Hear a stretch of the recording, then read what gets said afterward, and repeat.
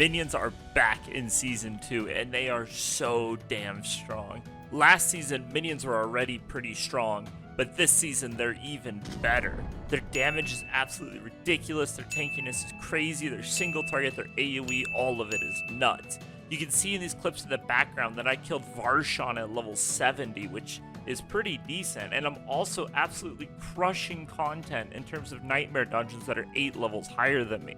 This is a build that's very capable when it comes to bossing, but is also able to farm and level extremely quickly. Now, I think other builds will become better than the minions once you get your uniques from farming bosses, but in terms of leveling and actually farming those bosses, minions is definitely the way to go. The buffs to the Golem make it an absolute destroyer, and the buffs to minions' tankiness means that we can play Bone Mages without them dying. Not only do the Bone Mages do extra damage by default, but they also have a glyph that gives them a 40% damage multiplier. And because of the amount of healing and tankiness our mages have, we're actually able to keep them alive despite the amount of life that they consume.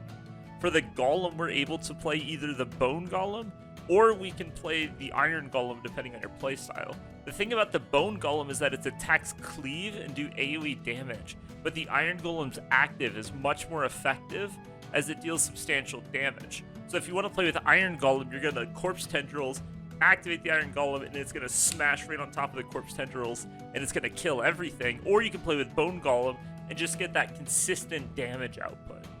For skeletal warriors, Reapers are still definitely the way to go. They have the ability to carve off corpses, which gives you nice corpse generation, and their attacks do area of effect damage by default. On top of this, their active, which they activate once every 8 seconds, actually can proc Lucky Hit, which will become very useful in the build as we'll discuss later. Between the Reapers cleaving, the skeletal mages doing crazy damage on hit, and your Golem doing AoE damage on attack, you can see how important the minion's attack damage is. And we're going to play into that very heavily by using the aspect of the Unyielding Commander, which will give our minions an absurd attack speed buff whenever our Army of the Dead is active. That attack speed buff goes all the way up to 100% without even having it on a two-handed weapon. We're also going to have the aspect of Frenzied Dead, which is going to give our minions an additional 60% attack speed because we're going to be running that on our necklace. You can see how all of these modifiers come together to create an absolute powerhouse of a build, able to speed farm hard content with ease, and it's also really easy to play. It's a very chill build. A lot of the stuff is happening for you automatically. Your minions are just pumping out nice amounts of damage. And with the buff to Skeletal Priest now lasting 8 seconds, it's a very low maintenance build. So it's a very strong and very easy build to play. Let's start talking about the skill tree and figure out exactly how this build is working. So for our basic skill, we're going to be running Reap for the damage reduction and Corpse. If you've played Necro before, you've definitely played with Reap. Hued Flesh is going to be for our core skill, and this is just going to generate corpses for refreshing minions. We're going to be taking Skeletal Warrior Mastery for the damage and life, and then we're going to be taking Fueled by Death for a 9% damage multiplier. This will proc every time that we summon a minion or get a Skeletal Priest. And our curses, we're going to be taking Decrepify, Abhorrent Decrepify. This is going to give us a lot of cooldown reduction, which will increase the uptime on our ultimate and reduce the cooldown on our Golem, which is very important, especially if you're playing Iron Golem. We're also going to be taking Death's Embrace. This is going to give us damage reduction and our minions damage reduction, and it's going to give them damage multiplier. And then Death's Reach is also going to give them a damage multiplier. Keep in mind, these two effects affect your minions based on the enemy's proximity to your minions, not where you are. We're also going to be taking Amplified Damage for a 12% damage multiplier, and Skeletal Mage Mastery just to buff up our mages. We're going to be putting 3 points into Corpse Tendrils, and we're going to be going all the way to Plate Corpse Tendrils to cause Vulnerable. Corpse Tendrils is a really important part of this build, as it's what allows you to group enemies, and it's also your main application of Vulnerable. A lot of your minions have a very small cleave, and so the tight stacks that Corpse Tendrils makes allows your minions to cleave them down. We're going to be taking Reaper's Pursuit for some much needed movement speed every time we reap, and we're going to be putting 3 points into Necrotic Carapace for extra fortified generation. 3 points into Golem Mastery for obvious reasons, and we're going to be taking Army of the Dead.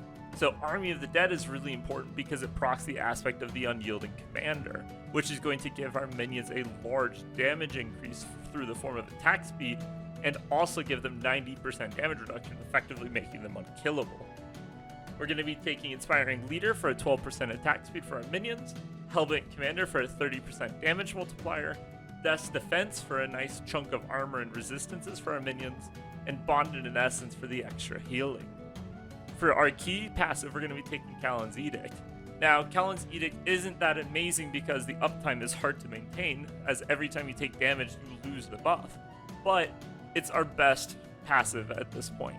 After the rework to Shadowblight, it's no longer useful to us in the way that it used to be because it doesn't have a built-in 10% multiplier, so we run Callan's Edict. Our vampiric powers are very interesting.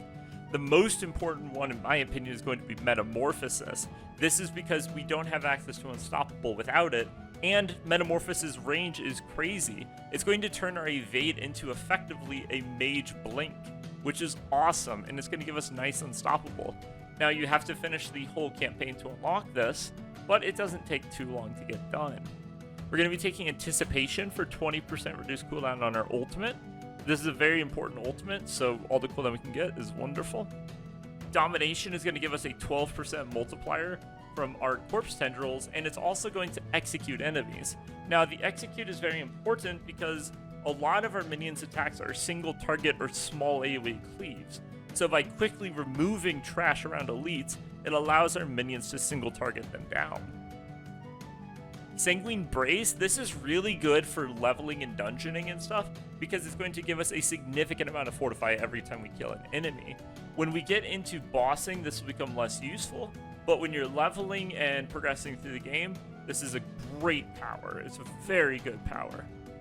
Coven's Fangs is amazing. It's going to give our minions a 26% damage multiplier, and this is level 1. This is going to scale it pretty high. Whenever our minions attack a crowd-controlled enemy, which thanks to Corpse Tendrils and, your Golem is most enemies. Another very important thing to note is the power of the Two-Handed Scythe. The Two-Handed Scythe is going to be your best option by a long shot, and that's because it has the lowest attack speed but the highest damage. Minions don't care about your weapon's attack speed, but they care a lot about your weapon's damage. So having a very slow swinging, incredibly high damage weapon is definitely the way to go. On top of that, it has life per kill, which at first might not sound that good, but because of the way that minions inherent crit and some of your other stats that you could get from other weapons, specifically the two-handed sword, which gives you crit damage, this life on kill ends up being much better because you're going to be constantly killing enemies and constantly refilling your life. Even when you're crowd control, your life is going to be constantly refilling.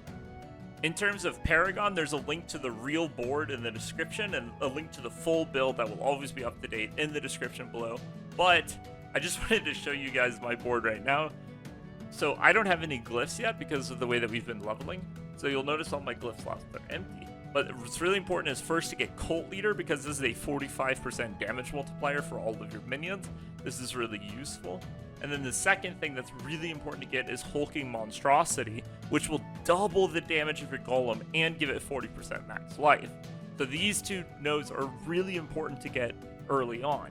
Once you start getting glyphs, this section right here on the Cult Leader tree, specifically this damage reduction node, it is really important. I don't have it yet, but it's really important that you get a Dead Razor glyph here because it's going to make the damage reduction from this cluster absolutely ridiculous. And it's going to be a thing that keeps your minions virtually unkillable. Even without it, your minions are really tanky, but once you get this, your minions are absolute beasts. For the full list of aspects and everything else that you want to know about the build, check out the build link in the description below. And if you have any questions, leave a comment below, or you can check out my stream where I'm going to be streaming a crazy amount. Also, stay tuned because I'm going to be posting an end-game version of this build very soon. But other than that, that's all I got for today. Thank you guys for watching, and I'll see you in the next one.